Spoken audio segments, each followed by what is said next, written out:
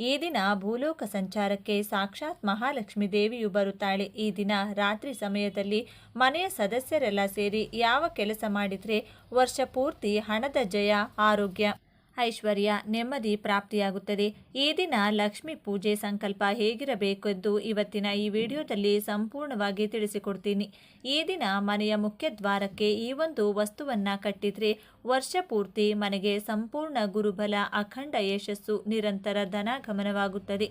ಧನಾಕರ್ಷಣೆ ಮಾಡುವ ಈ ವಿಶೇಷ ವಸ್ತು ಯಾವುದು, ಯಾವ ರೀತಿಯಾಗಿ, ಯಾವ ಸಮಯದಲ್ಲಿ ಈ ವಸ್ತುವನ್ನು ಮನೆಯ ಬಾಗಿಲಿಗೆ ಕಟ್ಟಿದರೆ ಸರ್ವಗ್ರಹಗಳ ಸಮೇತ ಮಹಾಲಕ್ಷ್ಮಿ ಕೃಪೆ ಪ್ರಾಪ್ತಿಯಾಗುತ್ತದೆ ಎಂದು ಇವತ್ತಿನ ಈ ವಿಡಿಯೋದಲ್ಲಿ ತಿಳಿಸಿಕೊಡ್ತೀವಿ. ಬನ್ನಿ.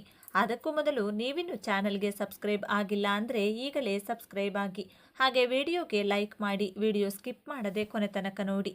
ಎಲ್ಲರೂ ಭಕ್ತಿಯಿಂದ ಓಂ ಶ್ರೀ ಮಹಾಲಕ್ಷ್ಮಿ ನಮಃ ಅಂತ ಕಮೆಂಟ್ ಮಾಡಿ. ಈ ದಿನ ಮಹಾಲಕ್ಷ್ಮಿ ದೇವಿ ಅಷ್ಟೇ ಅಲ್ಲದೆ ಶಿವ ಪಾರ್ವತಿಯರು ಕೂಡ ಭೂಲೋಕದ ಸಂಚಾರಕ್ಕೆ ಸುಬ್ರಹ್ಮಣ್ಯೇಶ್ವರ ಸ್ವಾಮಿಯ ಜೊತೆಗೆ ಬರುತ್ತಾರೆಂಬ ನಂಬಿಕೆ ಇದೆ. ಯಾರು ಈ ದಿನ ಉಪವಾಸವಿದ್ದು ನಿಯಮ ನಿಷ್ಠೆಯಿಂದ ರಾತ್ರಿ ಸಮಯ ಜಾಗರಣೆ ಮಾಡುತ್ತಾರೋ ಅವರಿಗೆ ಪಾರ್ವತಿ ದೇವಿಯ ಜೊತೆಗೆ ಮಹಾಲಕ್ಷ್ಮಿ ದೇವಿಯ ಅನುಗ್ರಹ ಪ್ರಾಪ್ತಿಯಾಗುತ್ತದೆ. ಎಷ್ಟೋ ಜನರ ಮನೆಯಲ್ಲಿ ಕೇಳಿರ್ತೀರಾ, ಅದೆಷ್ಟು ವರ್ಷಗಳ ಕಾಲ ಅವರ ಮನೆಯಲ್ಲಿ ಶುಭ ಕಾರ್ಯಗಳೇ ನಡೀತಾ ಇರೋದಿಲ್ಲ. ಮದುವೆ ವಯಸ್ಸಿಗೆ ಬಂದ ಮಕ್ಕಳಿಗೆ ಮದುವೆ ಭಾಗ್ಯ ಕೂಡಿ ಬರ್ತಿರೋದಿಲ್ಲ. ಇನ್ನು ಕೆಲವರಿಗೆ ಮದುವೆಯಾಗಿ ಎಷ್ಟೇ ವರ್ಷ ಆಗಿದ್ರೂ ಸಂತಾನ ಫಲ ಇರೋದಿಲ್ಲ. ವರ್ಷ ಎಷ್ಟೇ ಕಷ್ಟಪಟ್ಟು ದುಡಿದರೂ ಬಡತನದಿಂದ ಮುಕ್ತಿ ಸಿಗ್ತಾ ಇರೋದಿಲ್ಲ. ಮನೆ ತುಂಬ ಕಷ್ಟ, ಸಾಲ, ಅನಾರೋಗ್ಯದ ಸಮಸ್ಯೆಗಳು ತಾಂಡವ ಆಡ್ತಾ ಇರುತ್ತದೆ. ಮನೆಯ ಯಜಮಾನ ದುಡಿಯೋಕೆ ಅಂತ ಹೋಗಿ ಯಾವ ಕೆಲಸಕ್ಕೆ ಕೈ ಹಾಕಿದರೂ ನಷ್ಟ, ಕಷ್ಟಗಳು. ಹೊಸದಾಗಿ ಏನು ಶುರು ಮಾಡೋದಕ್ಕೆ ಹೋದರೂ ಕೂಡ ಅದರಿಂದ ಕಷ್ಟ, ಕಣ್ಣೀರೇ ಹೆಚ್ಚಾಗ್ತಾ ಇರುತ್ತೆ. ಮಕ್ಕಳ ವಿದ್ಯೆಯಲ್ಲಿ ಏಳಿಗೆ ಇಲ್ಲ, ದುಡಿದದ್ದು ಕೈನಲ್ಲಿ ನಿಲ್ಲೋದಿಲ್ಲ. ಹೀಗೆ ಒಂದಲ್ಲ ಒಂದು ಸಮಸ್ಯೆ ಇದ್ದೇ ಇರುತ್ತದೆ. ಈ ಎಲ್ಲ ಕಣ್ಣೀರು, ದುಃಖದಿಂದ ಹೊರಬರೋದಕ್ಕೆ ಈ ದಿನ ಸೂರ್ಯ ಹುಟ್ಟುವ ಮುನ್ನವೇ ಎದ್ದು ಈ ವಿಶೇಷ ಕೆಲಸವನ್ನ ಮಾಡಬೇಕು. ನಿಮ್ಮ ಮನೆಯಲ್ಲಿ ದೊಡ್ಡವರು, ಹಿರಿಯರು ಅಂತ ಯಾರಿರ್ತೀರಾ, ಅಣ್ಣ ಆಗಿರ್ಬೋದು, ಅಪ್ಪ, ಅಮ್ಮ, ಅಕ್ಕ, ನಮ್ಮ ವಯಸ್ಸಾದ ಹಿರಿಯರು, ಹೀಗೆ ಮನೆಗೆ ದೊಡ್ಡವರು ಅಂತ ಯಾರಿರ್ತಾರೋ ಅವರು ಈ ಕೆಲಸವನ್ನ ಮಾಡಬೇಕಾಗುತ್ತದೆ. ಚೆನ್ನಾಗಿರುವಂತಹ ಅರಿಶಿನದ ಕೊಂಬುಗಳನ್ನು ಮನೆಗೆ ತಂದಿಟ್ಟುಕೊಂಡಿರಬೇಕು. ಸಮ ಸಂಖ್ಯೆಯಲ್ಲಿ ಅರಿಶಿನದ ಕೊಂಬುಗಳನ್ನು ಮನೆಗೆ ತಂದಿರಬೇಕು. ಈ ಅರಿಶಿನದ ಕೊಂಬುಗಳನ್ನು ತೋರಣದ ಹಾಗೆ ಅರಿಶಿನದ ದಾರ ಬಳಸಿ ಕಟ್ಟಿಕೊಳ್ಳಬೇಕು. ಹೂ ಕಟ್ಟುವ ರೀತಿ ಒಂದು ಅರಿಶಿನ ಕೊಂಬು ಮತ್ತೊಂದು ಅರಿಶಿನ ಕೊಂಬಿಗೂ ಸ್ವಲ್ಪ ಅಂತರ ಬಿಟ್ಟು ಅರಿಶಿನದ ಕೊಂಬಿನ ತೋರಣವನ್ನು ಕಟ್ಟಿಕೊಳ್ಳಬೇಕು. 2, 4, 8, 10, 12 ಹೀಗೆ ಸಮಸಂಖ್ಯೆಯಲ್ಲಿ ಅರಿಶಿನದ ಕೊಂಬುಗಳನ್ನು ನೀವು ಕಟ್ಟುವ ತೋರಣದಲ್ಲಿರಬೇಕು. ಮನೆಯ ಮುಖ್ಯ ಬಾಗಿಲಿನಿಗೆ ಸರಿಹೊಂದುವಷ್ಟು ದಾರವನ್ನು ತೆಗೆದುಕೊಂಡು ಆ ದಾರದ ಸಹಾಯದಿಂದ ತೋರಣ ತಯಾರು ಮಾಡಿಕೊಳ್ಳಿ. ನಂತರ ನಿಮ್ಮ ಎರಡೂ ಕೈನಲ್ಲಿ ಈ ತೋರಣವನ್ನು ಹಿಡಿದುಕೊಂಡು ಈ ರೀತಿಯಾಗಿ ಪ್ರಾರ್ಥನೆ ಮಾಡಿಕೊಳ್ಳಿ. ಈ ತೋರಣವನ್ನು ನಾನು ಮನೆಗೆ ಕಟ್ತಿದ್ದೀನಿ. ಈ ತೋರಣದ ಶಕ್ತಿಯು ನಮ್ಮ ಮನೆಯ ಒಳಗೆ ಯಾವುದೇ ನಕಾರಾತ್ಮಕ ಶಕ್ತಿಗಳು ಪ್ರವೇಶ ಮಾಡದಂತೆ ತಡೆಯಲಿ. ಈ ಶಕ್ತಿಶಾಲಿ ಅರಿಶಿನದ ತೋರಣದ ಕೆಳಗೆ ಓಡಾಡುವಂಥ ನಮ್ಮ ಕುಟುಂಬದವರಿಗೆ ಗುರುವಿನ ರಕ್ಷಣೆ ಇರಲಿ. ಸರ್ವಕಾಲಕ್ಕೂ ಸರ್ವ ವಿಧವಾದ ಯಶಸ್ಸು ಸಿಗಲಿ.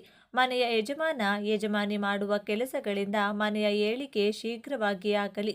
ಮಾಟಮಂತ್ರ, ಅಕ್ಕಪಕ್ಕದವರ ದೃಷ್ಟಿ, ನರದೃಷ್ಟಿ, ನರದೋಷಗಳಂಥ ಕಠಿಣ ಶಕ್ತಿಗಳು ನಮಗೆ ತಾಕದಂತೆ ನಶಿಸಿ ಹೋಗಲಿ. ಶತ್ರುಗಳ ಕಣ್ಣು ನಮ್ಮ ಮೇಲೆ ಬೀಳದಿರಲಿ ಎಂದು ನಿಮ್ಮ ಇಷ್ಟ ದೇವರ ಹೆಸರು ಮಹಾಲಕ್ಷ್ಮಿ ದೇವಿಯಾಗೂ ಗುರುವಿನ ಹೆಸರನ್ನ ಹೇಳಿಕೊಳ್ತಾ ನಮಸ್ಕಾರ ಮಾಡಿಕೊಳ್ಬೇಕು. ಇದಾದ ನಂತರ ಈ ಅರಿಶಿನದ ಕೊಂಬಿನ ತೋರಣವನ್ನು ಮನೆ ಬಾಗಿಲಿಗೆ ಕಟ್ಟಬೇಕು. ಈ ಅರಿಶಿನದ ತೋರಣವನ್ನು ಎಷ್ಟು ದಿನ ಬೇಕಾದರೂ ನಿಮ್ಮ ಮನೆಯ ಬಾಗಿಲಿನಲ್ಲಿಯೇ ಬಿಡಬಹುದು. ತಾನಾಗಿಯೇ ಈ ತೋರಣ ಒಣಗಿದರೆ ಅಥವಾ ಬಾಗಿಲಿನಿಂದ ಬಿದ್ದರೆ ಆಗ ನಿಮ್ಮ ಮನೆಗೆ ಸಮೀಪವಿರುವ ಯಾವುದಾದರೂ ಮರಗಿಡಗಳು ಅಥವಾ ದೈವ ವೃಕ್ಷಗಳ ಬುಡಕ್ಕೆ ಹಾಕಿ ಬರಬೇಕು. ಈ ತೋರಣವನ್ನು ಕೇವಲ ಮನೆಯ ಮುಖ್ಯ ಬಾಗಿಲಿಗೆ ಅಷ್ಟೇ ಅಲ್ಲದೆ ನಿಮ್ಮ ಮನೆಯ ದೇವರ ಕೋಣೆಗೂ ಕೂಡ ಕಟ್ಟಿಕೊಳ್ಳಬಹುದು. ಸಾಧ್ಯವಾದರೆ 2 ಅರಿಶಿನ ಕೊಂಬಿನ ತೋರಣವನ್ನು ತಯಾರು ಮಾಡಿಕೊಂಡು ಎರಡೂ ಕಡೆಗೂ ಕೂಡ ಕಟ್ಟಿಕೊಳ್ಳಿ. ಈ ತೋರಣದ ಶಕ್ತಿ ಯಾವ ರೀತಿಯಾಗಿ ಕೆಲಸ ಮಾಡುತ್ತೆ ಎಂದು ನಿಮ್ಮ ಅನುಭವಕ್ಕೆ ಬರುತ್ತದೆ. ಮನೆಗೆ ಶುಭ ಫಲಗಳನ್ನು ತರುವ ಈ ಅರಿಶಿನದ ತೋರಣವು ವೈಜ್ಞಾನಿಕವಾಗಿಯೂ ಕೂಡ ಮನೆಗೆ ಕ್ರಿಮಿಕೀಟಗಳು ಪ್ರವೇಶಿಸದಂತೆ ತಡೆಯುತ್ತದೆ. ಶಾಸ್ತ್ರದ ರೀತಿಯಲ್ಲೂ ವೈಜ್ಞಾನಿಕ ರೀತಿಯಲ್ಲೂ ಮನೆಗೆ ಈ ತೋರಣದಿಂದ ಖಂಡಿತವಾಗಿಯೂ ಲಾಭವಿದೆ. ಯಾರಿಗಾದರೂ ಸರಿ ವಿದ್ಯೆಯಲ್ಲಿ ಪ್ರಗತಿ ಸಾಧಿಸಲು ಗುರುಬಲ ಬೇಕು, ಉದ್ಯೋಗದಲ್ಲಿ ಜಯ ಸಾಧಿಸಲು ಗುರುಬಲ ಬೇಕು, ಮದುವೆ ಭಾಗ್ಯ, ಸಂತಾನ ಫಲಕ್ಕೂ ಗುರುಬಲ ಇರಲೇಬೇಕು. ಜೀವನದಲ್ಲಿ ಅಖಂಡ ಯಶಸ್ಸು ಕಾಣಲು ಗುರುವಿನ ಬಲ ರಕ್ಷಣೆ ಇರಲೇಬೇಕು. ಅರಿಶಿನಕ್ಕೆ ಅಧಿಪತಿ ಯಾರು? ಗುರು. ಆದ್ದರಿಂದ ದೈವಬಲ ಗುರುಬಲದಿಂದ ವರ್ಷ ಪೂರ್ತಿ ನೀವು ಮಾಡುವ ಕೆಲಸದಿಂದ ಅದೃಷ್ಟವನ್ನ ಕಾಣಲು ಈ ತೋರಣವನ್ನ ಮನೆಗೆ ಕಟ್ಟಿ ನಿಮ್ಮ ಮನೆ ದೇವರನ್ನ ನೆನಪಿಸಿಕೊಳ್ಳಿ. ಸಾಲಗಳು ಬೆಟ್ಟದಷ್ಟಿದ್ದರೂ ಮನೆಗೆ ನಿರಂತರ ಧನಾಗಮನವಾಗಿ ಸಾಲದಿಂದ ಮುಕ್ತಿ ಹೊಂದಿ ಬಂಗಾರ ಪ್ರಾಪ್ತಿಯಾಗುತ್ತದೆ. ಉತ್ತಮ ಆರೋಗ್ಯ ಯಶಸ್ಸು ಈ ತೋರಣದಿಂದ ಮನೆಗೆ ಸಿಗುತ್ತದೆ. ಇನ್ನು ಅತಿ ಮುಖ್ಯವಾಗಿ ಈ ದಿನ ಮಹಾಲಕ್ಷ್ಮಿ ಅಮ್ಮನವರಿಗೆ ಪರಿಶುದ್ಧ ಮನಸ್ಸಿನಿಂದ ಎಳನೀರನ್ನ ನೈವೇದ್ಯವಾಗಿ ಅರ್ಪಿಸಬೇಕು. ಈ ದಿನ ಯಾರು ರಾತ್ರಿಯೆಲ್ಲ ಜಾಗರಣೆ ಲಕ್ಷ್ಮೀ ದೇವಿಗಾಗಿ ಕಾಯುತ್ತಾರೋ ಅವರನ್ನ ನೋಡಲು ಸಾಕ್ಷಾತ್ ಲಕ್ಷ್ಮೀ ದೇವಿಯೇ ಬರುತ್ತಾಳೆಂದು ಪುರಾಣಗಳು ಹೇಳುತ್ತವೆ. ಈ ದಿನ ಯಾರ ಮನೆಯಲ್ಲಿ ರಾತ್ರಿ ಸಮಯದಲ್ಲಿ ಕವಡೆಗಳಿಂದ ಶಬ್ದ ಮಾಡಿ ಲಕ್ಷ್ಮೀ ದೇವಿಯನ್ನ ಕರೆಯುತ್ತಾರೋ ಅವರ ಮನೆಗೆ ನೇರವಾಗಿ ಮಹಾಲಕ್ಷ್ಮಿ ದೇವಿಯ ಪ್ರವೇಶವಾಗಿ ಲಕ್ಷ್ಮಿಯ ಅಂಶ ಸಿರಿತನ ಆ ಮನೆಯಲ್ಲಿ ಶಾಶ್ವತವಾಗಿ ನೆಲೆಸುತ್ತದೆ ಎಂದು ಪ್ರಾಮಾಣಿಕ ಗ್ರಂಥಗಳಲ್ಲಿ ತಿಳಿಸಿದ್ದಾರೆ.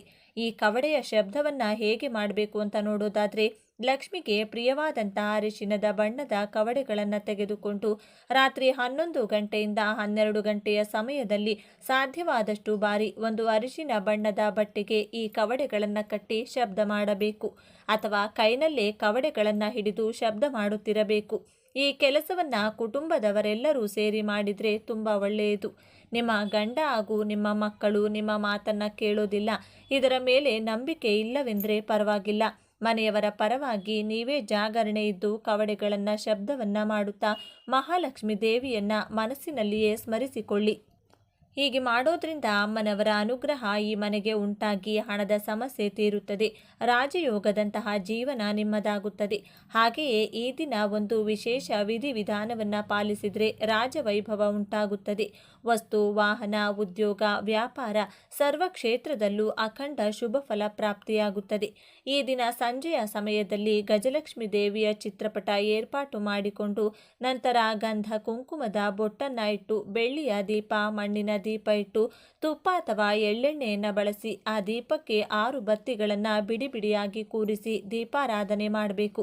ಮಹಾಲಕ್ಷ್ಮಿ ಅಮ್ಮನವರಿಗೆ ಗುಲಾಬಿ ಪುಷ್ಪಗಳಿಂದ ಬಿಳಿ ಹಾಗೂ ಹಳದಿ ಬಣ್ಣದ ಪುಷ್ಪಗಳಿಂದ ಪೂಜಿಸುತ್ತಾ ಲಕ್ಷ್ಮಿ ಅಷ್ಟೋತ್ತರ ಕೇಳುವುದನ್ನು ಮಾಡಬೇಕು.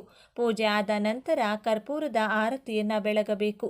ಲಕ್ಷ್ಮೀ ದೇವಿಗೆ ಹಾದಿಯಿಂದ ಮಾಡಿದ ಪಾಯಸವನ್ನ ನೈವೇದ್ಯವಾಗಿ ಅರ್ಪಿಸಬೇಕು. ನಂತರ ಚಂದ್ರನ ಬೆಳಕಿನಲ್ಲಿ ಇದೇ ಹಾಲಿನಿಂದ ಮಾಡಿದ ಪಾಯಸವನ್ನ ಸ್ವಲ್ಪ ಸಮಯ ಇಡಬೇಕು. ಮತ್ತೆ ಪಾಯಸವನ್ನ ಲಕ್ಷ್ಮೀ ದೇವಿಯ ಮುಂದಿಟ್ಟು ನಂತರ ಈ ನೈವೇದ್ಯವನ್ನ ಪ್ರಸಾದವಾಗಿ ಮನೆಯ ಸದಸ್ಯರು ಸ್ವೀಕರಿಸಬೇಕು. ಪಾಯಸ ತಯಾರು ಮಾಡಲು ಸಾಧ್ಯವಾಗದಿದ್ದರೆ ಹಾಲನ್ನೇ ನೈವೇದ್ಯವಾಗಿ ಅರ್ಪಿಸಬಹುದು. ನೀವು ಮಹಾಲಕ್ಷ್ಮಿ ದೇವಿಯ ಪೂಜೆ ಮಾಡುವಾಗ 6 ಹಳದಿ ಬಣ್ಣದ ಕವಡೆಗಳನ್ನು ದೇವಿಯ ಮುಂದಿಟ್ಟು ಆರತಿ ಮಾಡಿ ಅಗರಬತ್ತಿಯ ಧೂಪವನ್ನು ತೋರಿಸಿ ನಮಸ್ಕಾರ ಮಾಡಿಕೊಂಡು ಬೀರುವಿನಲ್ಲಿ ಎತ್ತಿಡಬೇಕು. ಕವಡೆಯ ಶಬ್ದ ಮಾಡಲು ಬೇರೆ ಕವಡೆಗಳನ್ನು ಬಳಸಿಕೊಳ್ಳಬೇಕು. ಯಾರು ಈ ದಿನ ಭಕ್ತಿಯಿಂದ ಲಕ್ಷ್ಮಿ ಪೂಜೆ ಮಾಡುತ್ತಾರೋ ಇಂದ್ರನ ಸ್ಮರಣೆಯನ್ನ ಮಾಡಿಕೊಳ್ಳುತ್ತಾರೋ ಅವರಿಗೆ ಅಶ್ವಿನಿ ದೇವತೆಗಳ ಅನುಗ್ರಹ ಕೂಡ ಪ್ರಾಪ್ತಿಯಾಗುತ್ತದೆ. ದೀರ್ಘಕಾಲದ ಅನಾರೋಗ್ಯದ ಸಮಸ್ಯೆಗಳು ದೂರವಾಗಿ ಆರೋಗ್ಯವಂತರಾಗ್ತೀರಾ. ಅಶ್ವಿನಿ ದೇವತೆಗಳ ಅನುಗ್ರಹದಿಂದ ನಿಮ್ಮ ಉದ್ಯೋಗ ವಿದ್ಯೆ ಕಂಕಣ ಸಂತಾನ ಭೂಮಿ ಮನೆ ಹಣಕಾಸಿನ ಯಾವುದೇ ಕೋರಿಕೆಗಳಿದ್ದರೂ ಶೀಘ್ರವಾಗಿ ನೆರವೇರುತ್ತದೆ. ಮಹಾಲಕ್ಷ್ಮಿ ಭೂಲೋಕ ಸಂಚಾರಕ್ಕೆ ಬರುವ ಸಮಯ ಸಂಜೆ ಸಮಯದಲ್ಲಿ ಅರಿಶಿನಕ್ಕೆ ಸ್ವಲ್ಪ ತುಪ್ಪವನ್ನು ಬೆರೆಸಿ ಅದರಿಂದ ಮನೆಯ ಬಾಗಿಲಿನ ಮೇಲ್ಭಾಗದಲ್ಲಿ ಸ್ವಸ್ತಿಕ್ ಚಿಹ್ನೆಯನ್ನು ಬರೆದು ಮಹಾಲಕ್ಷ್ಮಿ ದೇವಿಯನ್ನ ಮನೆಗೆ ಸ್ವಾಗತಿಸಿ. ಈ ದಿನ ದೇವರ ಮುಂದೆ ಬೆಳಗಿಸುವಂತಹ ದೀಪಕ್ಕೆ ತಾವರೆ ಬತ್ತಿಗಳು ಅಂತ ಪೂಜಾ ಸಾಮಗ್ರಿಗಳ ಅಂಗಡಿಗಳಲ್ಲಿ ಸಿಗುತ್ತದೆ. ಆ ತಾವರೆ ಬತ್ತಿಗಳನ್ನು ತಂದು ದೀಪಾರಾಧನೆ ಮಾಡಿ ಕನಕದಾರ ಸ್ತೋತ್ರ ಶ್ರೀ ಸೂಕ್ತ ಲಕ್ಷ್ಮಿ ಅಷ್ಟೋತ್ತರವನ್ನು ಈ ದಿನ ಮರೆಯದೆ ಕೇಳಿ. ಇದರಿಂದ ಮನೆಯಲ್ಲಿನ ಎಲ್ಲ ಕಷ್ಟ ಕಾರ್ಪಣ್ಯಗಳು ದೂರವಾಗಿ ಹಣದ ಏಳಿಗೆಯನ್ನು ನೀವು ಕಾಣಬಹುದು. ಈ ಮಾಹಿತಿ ನಿಮಗೆ ಇಷ್ಟವಾದರೆ ಭಕ್ತಿಯಿಂದ ಜೈ ಶ್ರೀ ಮಹಾಲಕ್ಷ್ಮಿ ಅಂತ ಬರೆದು ಈ ವಿಡಿಯೋನ ಪ್ರತಿಯೊಬ್ಬರಿಗೂ ಶೇರ್ ಮಾಡಿ. ಮುಂದಿನ ಬಾರಿ ಮತ್ತೊಂದು ವಿಶೇಷ ದೈವ ಮಾಹಿತಿಯೊಂದಿಗೆ ನಮ್ಮ ಚಾನೆಲ್ ಮೂಲಕ ಭೇಟಿಯಾಗಿ. ಈ ದಿನ ತುಳಸಿ ಗಿಡದ ಬುಡದಲ್ಲಿ ಈ ವಸ್ತುವನ್ನು ಬಚ್ಚಿಟ್ರೆ ಅಖಂಡ ಐಶ್ವರ್ಯ ನಿಮ್ಮದಾಗುತ್ತದೆ. ಮನೆಗೆ ಲಕ್ಷ್ಮೀನಾರಾಯಣರ ಅನುಗ್ರಹದಿಂದ ದೈವ ಎಲೆಗಳ ಚಮತ್ಕಾರ ಆಗಿ ನಿಮಗಿರುವ ಸಾಲದ ಸಮಸ್ಯೆ ಹಣದ ಕಷ್ಟ ಮಾನಸಿಕ ಅಶಾಂತಿ ನಿರುದ್ಯೋಗ ನಷ್ಟ ಕಷ್ಟಗಳು ದೂರವಾಗಲು ಯಾವ ಪರಿಹಾರವನ್ನು ಪಾಲಿಸಬೇಕು ಮನಸ್ಸಿನ ಕೋರಿಕೆಗಳು ನೆರವೇರಲು ಯಾವ ವಿಧಿವಿಧಾನಗಳನ್ನು ಅನುಸರಿಸಬೇಕೆಂದು ಇವತ್ತಿನ ವಿಡಿಯೋದಲ್ಲಿ ಸಂಪೂರ್ಣವಾಗಿ ತಿಳಿಸಿಕೊಡ್ತೀವಿ ಬನ್ನಿ. ಈ ದಿನ ಈ ಕೆಲಸಗಳನ್ನು ಮಾಡಿದರೆ ಸರ್ವ ವಿಧವಾದ ಪಾಪಕರ್ಮಗಳು ಕಳೆದು ಪಿತೃಗಳ ಕೃಪೆಗೆ ಪಾತ್ರರಾಗಬಹುದು. ಈ ದಿನ ಯಾವ ವಿಶೇಷ ದೀಪವನ್ನು ಬೆಳಗಿಸಬೇಕು, ಎಳ್ಳಿನಿಂದ ಯಾವ ಕೆಲಸವನ್ನು ಮಾಡಬೇಕು, ಮನೆ ಒರೆಸ್ತಕ್ಕಂಥ ನೀರಿಗೆ ಯಾವ ವಸ್ತುಗಳನ್ನು ಬೆರೆಸಿ ಒರೆಸಬೇಕು ಅಂತ ಇವತ್ತಿನ ಈ ವಿಡಿಯೋದಲ್ಲಿ ಸಂಪೂರ್ಣವಾಗಿ ತಿಳಿಸಿಕೊಡ್ತೀನಿ. ಅದಕ್ಕೂ ಮುನ್ನ ನೀವಿನ್ನು ಚಾನಲ್ಗೆ ಸಬ್ಸ್ಕ್ರೈಬ್ ಆಗಿಲ್ಲ ಅಂದರೆ ಈಗಲೇ ಸಬ್ಸ್ಕ್ರೈಬ್ ಆಗಿ, ಹಾಗೆ ವಿಡಿಯೋಗೆ ಲೈಕ್ ಮಾಡಿ, ವಿಡಿಯೋ ಸ್ಕಿಪ್ ಮಾಡದೆ ಕೊನೆ ತನಕ ನೋಡಿ. ಎಲ್ಲರೂ ಭಕ್ತಿಯಿಂದ ಓಂ ಶ್ರೀ ಮಹಾಲಕ್ಷ್ಮಿ ನಮಃ ಅಂತ ಕಮೆಂಟ್ ಮಾಡಿ. ಈ ದಿನದಂದು ಪವಿತ್ರ ನದಿಗಳಲ್ಲಿ ಸಾಕ್ಷಾತ್ ಗಂಗಾ ಮಾತೆ ಹಾಗೂ ವರುಣ ದೇವರು, ಮುಕ್ಕೋಟಿ ದೇವಾನುದೇವತೆಗಳ ಸಾನ್ನಿಧ್ಯವಿರುತ್ತದೆ. ಈ ದಿನದಂದು ಎಳ್ಳನ್ನು ಬಳಸಿಕೊಂಡು ತರ್ಪಣ ನೀಡಿದರೆ ಪಿತೃಗಳ ಅನುಗ್ರಹದಿಂದ 21 ವಿಧವಾದ ಪಿತೃದೋಷಗಳು, ಪಿತೃಶಾಪಗಳು ದೂರವಾಗಿ ಪಿತೃಗಳ ಕೃಪೆ ಇಡೀ ಕುಟುಂಬಕ್ಕೆ, ನಿಮ್ಮ ವಂಶಕ್ಕೆ ಪ್ರಾಪ್ತಿಯಾಗುತ್ತದೆ. ಯಾರಾದರೂ ಸರಿ ನಿಮ್ಮ ಪಿತೃಗಳ ಹೆಸರನ್ನು ಹೇಳುತ್ತಾ ನಿಮ್ಮ ಹೆಬ್ಬೆರಳು ಹಾಗೂ ತೋರು ಬೆರಳುಗಳ ಮಧ್ಯೆ ನೀರಿಗೆ ಎಳ್ಳನ್ನು ಬೆರೆಸಿ ಆ ನೀರು ದಕ್ಷಿಣ ದಿಕ್ಕಿಗೆ ಹರಿಯುವ ಹಾಗೆ ತರ್ಪಣವನ್ನು ನೀಡಬೇಕು. ಪಿತೃಗಳ ಕೃಪೆ ಇಲ್ಲವೆಂದರೆ ನಾನಾ ಕಷ್ಟಗಳನ್ನು ಅನುಭವಿಸಬೇಕಾಗುತ್ತದೆ. ಸಾಮಾನ್ಯವಾಗಿ ಈ ದಿನ ಪಿತೃಗಳ ಸ್ಮರಣೆಯನ್ನು ಮಾಡಿಕೊಳ್ಬೇಕು.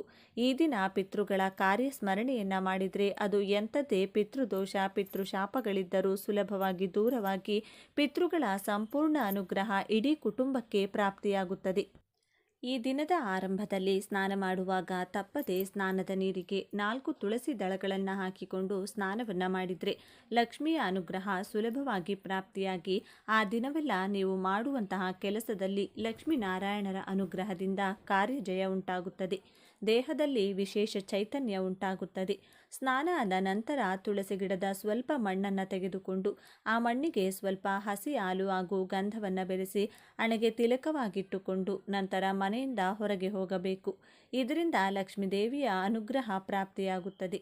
ಸರ್ವ ಕ್ಷೇತ್ರದಲ್ಲೂ ಜನವಶ ಧನವಶ ಉಂಟಾಗಿ ಅನೇಕ ಶುಭ ಲಾಭಗಳನ್ನು ನೀವು ನೋಡಬಹುದು.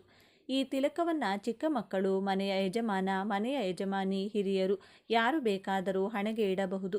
ವಿದ್ಯಾರ್ಥಿಗಳು ಇಟ್ಟರೆ ವಿದ್ಯೆ, ವ್ಯಾಪಾರಸ್ಥರು ಇಟ್ಟರೆ ವ್ಯಾಪಾರ ಜಯ, ಉದ್ಯೋಗಸ್ಥರು ಇಟ್ಟರೆ ಉದ್ಯೋಗ ಜಯ, ಹೀಗೆ ಸರ್ವ ಕ್ಷೇತ್ರದಲ್ಲಿರುವವರಿಗೂ ಕೂಡ ವಿಶೇಷ ಧನಲಾಭ, ನೆಮ್ಮದಿಯನ್ನು ಇದರಿಂದ ಕಾಣಬಹುದು. ವಾರಕ್ಕೆ 3 ಬಾರಿಯಾದರೂ ಸ್ನಾನ ಆದ ಬಳಿಕ ತುಳಸಿ ಗಿಡದ ಬುಡದ ಮಣ್ಣನ್ನು ತೆಗೆದುಕೊಂಡು ನಿಮ್ಮ ಮನೆಯ ಮುಖ್ಯ ದ್ವಾರದ ಮೇಲೆ ಸ್ವಸ್ತಿಕ್ ಚಿಹ್ನೆಯನ್ನು ಬರೆದರೆ ಅಷ್ಟಲಕ್ಷ್ಮಿಯರ ಕೃಪೆ ಮನೆಗೆ ಪ್ರಾಪ್ತಿಯಾಗಿ ಮನೆಯಲ್ಲಿ ಸದಾ ಹಣ, ಐಶ್ವರ್ಯ, ನೆಮ್ಮದಿ, ಆರೋಗ್ಯ ತುಂಬಿ ತುಳುಕುತ್ತದೆ. ಈ 3 ಕೆಲಸಗಳನ್ನು ವಾರದಲ್ಲಿ ಕನಿಷ್ಠ 3 ಬಾರಿಯಾದರೂ ಮಾಡಿದರೆ ಮನೆಯಲ್ಲಿ ಸದಾ ಸಕಾರಾತ್ಮಕ ಆಲೋಚನೆ, ಸಕಾರಾತ್ಮಕ ಶಕ್ತಿ ವೃದ್ಧಿಯಾಗುತ್ತಾ ಹೋಗುತ್ತದೆ. ಮನೆಯಲ್ಲಿನ ನೆಗೆಟಿವ್ ಶಕ್ತಿ ಹೊರಗೆ ಹೋಗುತ್ತದೆ. ಹಾಗೆಯೇ ಯಾವಾಗಲಾದರೂ ಸರಿ ಗುರುವಾರ ಅಥವಾ ಶುಕ್ರವಾರದ ದಿನಗಳಂದು ಚೊಂಬಿನಲ್ಲಿ ನೀರನ್ನು ತೆಗೆದುಕೊಂಡು ತುಳಸಿಗೆ ಅರ್ಪಿಸಿ ಗಂಧ, ಕುಂಕುಮ, ಪುಷ್ಪಗಳಿಂದ ಅಲಂಕಾರವನ್ನು ಮಾಡಿಕೊಳ್ಬೇಕು. ತುಳಸಿ ಗಿಡದ ಬುಡದಲ್ಲಿ ಒಂದು ನಾಣ್ಯವನ್ನು ಊತಿಡಬೇಕು. 1 ವಾರದ ತನಕ ನೀವು ಊತಿಟ್ಟಂತಹ ನಾಣ್ಯ ಅಲ್ಲಿಯೇ ಇರಬೇಕು. ಮುಂದಿನ ಗುರುವಾರ ಅಥವಾ ಶುಕ್ರವಾರ ಆ ನಾಣ್ಯವನ್ನು ಹೊರತೆಗೆದು ನಿಮ್ಮ ಪರ್ಸ್ನಲ್ಲಿಟ್ಟುಕೊಳ್ಳಬೇಕು. ಇದರಿಂದ ಹಣಕಾಸಿನ ಅರಿವು ಉತ್ತಮವಾಗ್ತಾ ಹೋಗುತ್ತದೆ. ಹಣಕಾಸಿನ ಸಮಸ್ಯೆಗಳು ಕಳೆದು ಅದೃಷ್ಟ ಕೂಡಿ ಬರುತ್ತದೆ. ತುಳಸಿಯ ದೈವ ಶಕ್ತಿಯಿಂದ ನಾರಾಯಣ ಸಮೇತ ಮಹಾಲಕ್ಷ್ಮಿಯ ಅನುಗ್ರಹ ಕೂಡ ದೊರೆತು ಜೀವನದಲ್ಲಿ ಸಾಕಷ್ಟು ಬದಲಾವಣೆಗಳು, ಜೊತೆಗೆ ಬಡತನ ಕ್ರಮವಾಗಿ ದೂರವಾಗುತ್ತದೆ. ಇನ್ನು ಮನಸ್ಸಿನ ಕಠಿಣ ಕೋರಿಕೆಗಳು ನೆರವೇರಲು ಅರಳಿ ಎಲೆಯ ಈ ವಿಶೇಷ ಪರಿಹಾರವನ್ನು ಮಾಡಿಕೊಂಡ್ರೆ ತುಂಬ ಉತ್ತಮ. ಯಾವುದಾದರೂ ಗುರುವಾರದ ದಿನ ಅಥವಾ ಶುಕ್ರವಾರದ ದಿನ ಅರಳಿ ಮರಕ್ಕೆ ಮೊದಲು ನೀರನ್ನು ಅರ್ಪಿಸಿ ನಂತರ ಅಲ್ಲಿಯೇ ಬಿದ್ದಂತಹ ಒಂದು ಅರಳಿ ಎಲೆಯನ್ನು ತೆಗೆದುಕೊಂಡು ಅರಳಿ ವೃಕ್ಷಕ್ಕೆ ಭಕ್ತಿಯಿಂದ ಪ್ರದಕ್ಷಿಣೆಯನ್ನು ಮಾಡಬೇಕು. ಲಕ್ಷ್ಮೀನಾರಾಯಣರ ವಾಸವಿರುವಂತಹ ಅರಳಿ ವೃಕ್ಷದ ಅನುಮತಿಯನ್ನು ಪ್ರದಕ್ಷಿಣೆಯ ಮೂಲಕ ಪಡೆದು ಮನೆಗೆ ಆ ಎಲೆಯನ್ನು ತರಬೇಕು. ಎಲೆಯ ಜೊತೆಗೆ ಒಂದು ಚಿಕ್ಕ ಅರಳಿ ಕಡ್ಡಿಯನ್ನು ಕೂಡ ಮನೆಗೆ ತರಬೇಕು. ನಂತರ ಎಲೆಯನ್ನು ಮೊದಲು ನೀರಿನಿಂದ ತೊಳೆಯಬೇಕು. ಅರಿಶಿನಕ್ಕೆ ಸ್ವಲ್ಪ ನೀರು, ಹಸಿ ಹಾಲು ಅಥವಾ ಗಂಗಾ ಜಲವನ್ನು ಬೆರೆಸಿ ಆ ಹಸಿ ಅರಿಶಿನದಿಂದ ಅರಳಿ ಕಡ್ಡಿಯ ಸಹಾಯದಿಂದ ಅರಳಿ ಎಲೆಯ ಮೇಲೆ ಮೊದಲು ಓಂ ಎಂದು ಮೇಲ್ಭಾಗದಲ್ಲಿ ಬರೆಯಬೇಕು. ಅದರ ಕೆಳಭಾಗದಲ್ಲಿ ನಿಮ್ಮ ಕೋರಿಕೆಗಳನ್ನು ಬರೆಯಬೇಕು. ಅಂದರೆ ಹಣದ ಸಮಸ್ಯೆ ಇದ್ದವರು ಧನಲಾಭ ಎಂದು ಬರೆಯಬೇಕು. ಸಾಲದ ಕಷ್ಟವಿದ್ದರೆ ಸಾಲದ ಸುಳಿ ಎಂದು ಬರೆಯಬೇಕು.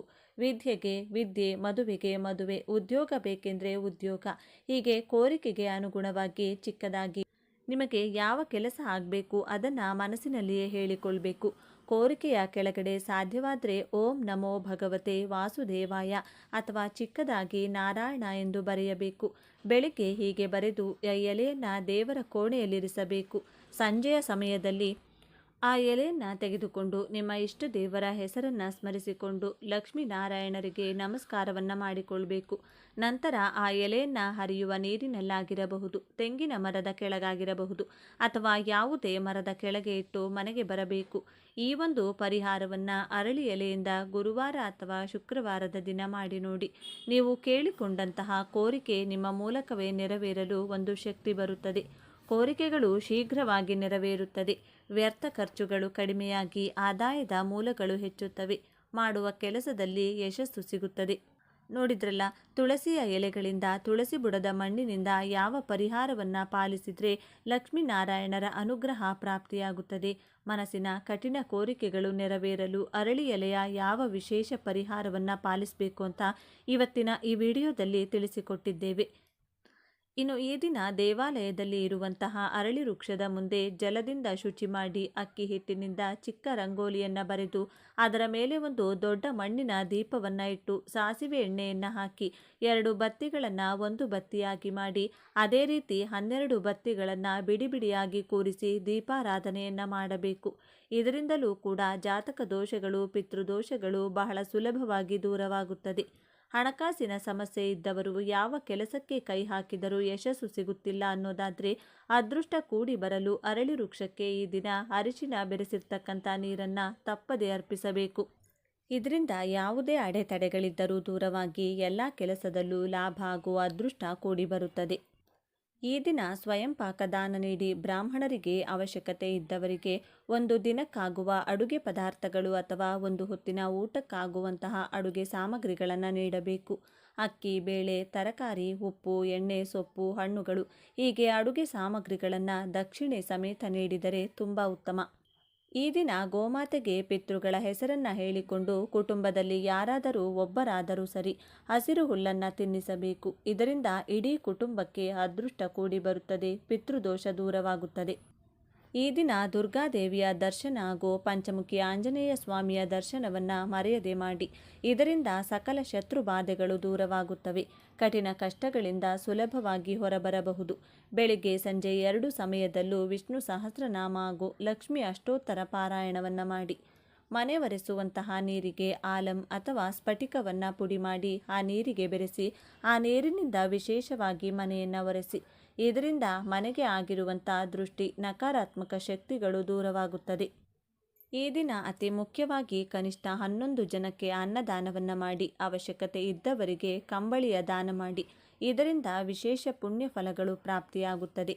ಈ ದಿನ ಬೆಳಿಗ್ಗೆ ಅಥವಾ ಸಂಜೆ ಈ ವಿಧವಾಗಿ ಮನೆಯಲ್ಲಿ ಧೂಪವನ್ನು ಹಾಕಿದರೆ ದುಷ್ಟಶಕ್ತಿಗಳು, ಮಾಟಮಂತ್ರದ ಕಾಟ, ಶತ್ರುಗಳ ಅಸೂಯೆ ದೂರವಾಗುತ್ತದೆ. ಏನು ಮಾಡಬೇಕು? ಒಂದು ಚಿಕ್ಕ ತೆಂಗಿನಕಾಯಿಯ ಕಂಠವನ್ನು ಸುಟ್ಟು ಆ ಕೆಂಡಕ್ಕೆ ಬಿಳಿ ಮೆಣಸು ಕಾಳುಗಳನ್ನು, ಸ್ವಲ್ಪ ಕಪ್ಪು ಹಿತ್ತಲು ಪುಡಿ ಮಾಡಿ ಒಂದು ಬಿರಿಯಾನಿ ಎಲೆ ಹಾಕಿ ಸುಡಬೇಕು. ಅದರ ಹೊಗೆಯನ್ನು ಮನೆಯ ಎಲ್ಲ ಮೂಲೆ ಮೂಲೆಗೂ ತೋರಿಸಬೇಕು. ಇದರಿಂದ ಮನೆಯಲ್ಲಿರುವಂತಹ ಎಲ್ಲ ದೃಷ್ಟಿ, ಕೆಟ್ಟ ಶಕ್ತಿಗಳು ದೂರವಾಗುತ್ತದೆ. ಮನೆಯ ಸದಸ್ಯರಿಗೆ ಇರುವಂತಹ ದುಃಖ, ಕಷ್ಟ, ಕಣ್ಣೀರು, ಅನಾರೋಗ್ಯದ ಸಮಸ್ಯೆಗಳು ಕೂಡ ದೂರವಾಗುತ್ತದೆ. ಈ ದಿನ ಮನೆಗೆ ಯಾರು ಬಂದರೂ ಕೂಡ ಅಥವಾ ಮನೆಯ ಮುಂದೆ ಯಾರು ಹಸಿವು ಅಂತ ಬಂದರೂ ಕೂಡ ಅವರನ್ನು ಖಾಲಿ ಕೈನಲ್ಲಿ ಕಳಿಸಬಾರದು. ಆದಷ್ಟು ಈ ದಿನ ಅನ್ನದಾನವನ್ನು ಮಾಡಿ ಪುಣ್ಯ ಫಲವನ್ನು ನೀವು ಪಡೆಯಬಹುದು. ಈ ವಿಡಿಯೋ ನಿಮಗೆ ತಲುಪಿದ್ದು ಆಕಸ್ಮಿಕವಲ್ಲ. ಇದು ನಿಮ್ಮ ಇಷ್ಟ ದೇವರು ನಿಮಗೆ ನೀಡುತ್ತಿರುವ ಸ್ಪಷ್ಟ ಸಂದೇಶ. ಈ ಅದ್ಭುತ ಸಮಯವನ್ನು ಸದುಪಯೋಗಪಡಿಸಿಕೊಳ್ಳಿ. ನಿಮ್ಮ ಜೀವನದ ಹೊಸ ಅಧ್ಯಾಯ ತಯಾರಾಗಿದೆ. ನಿಮ್ಮ ನಂಬಿಕೆಯ ಸಂಕೇತವಾಗಿ ನಿಮ್ಮ ಜೀವನ ಬದಲಾಗಬೇಕು ಎನ್ನುವ ಸಂಕಲ್ಪದೊಂದಿಗೆ ತಪ್ಪದೆ ನಿಮ್ಮ ಕುಲದೇವರ ಅಥವಾ ನಿಮ್ಮ ಇಷ್ಟ ದೇವರ ಹೆಸರನ್ನು ಕಮೆಂಟ್ ಮಾಡಿ ಅಥವಾ ಜೈ ಶನಿದೇವ ಎಂದು ಬರೆಯಿರಿ. ಆ ಭಗವಂತನು ನಿಮ್ಮನ್ನು ಸದಾ ಕಾಪಾಡಲಿ. ಸರ್ವೇ ಜನ ಸುಖಿನೋ ಭವಂತು. ಇದೇ ತರಹದ ಜ್ಯೋತಿಷ್ಯಕ್ಕೆ ಸಂಬಂಧಪಟ್ಟಂಥ ವಿಡಿಯೋ ನೋಡಲು ನಮ್ಮ ಚಾನಲ್ಗೆ ಸಬ್ಸ್ಕ್ರೈಬ್ ಆಗಿ. ಈ ವಿಡಿಯೋಗೆ ಲೈಕ್ ಮಾಡಿ, ಶೇರ್ ಮಾಡಿ. ಧನ್ಯವಾದಗಳು.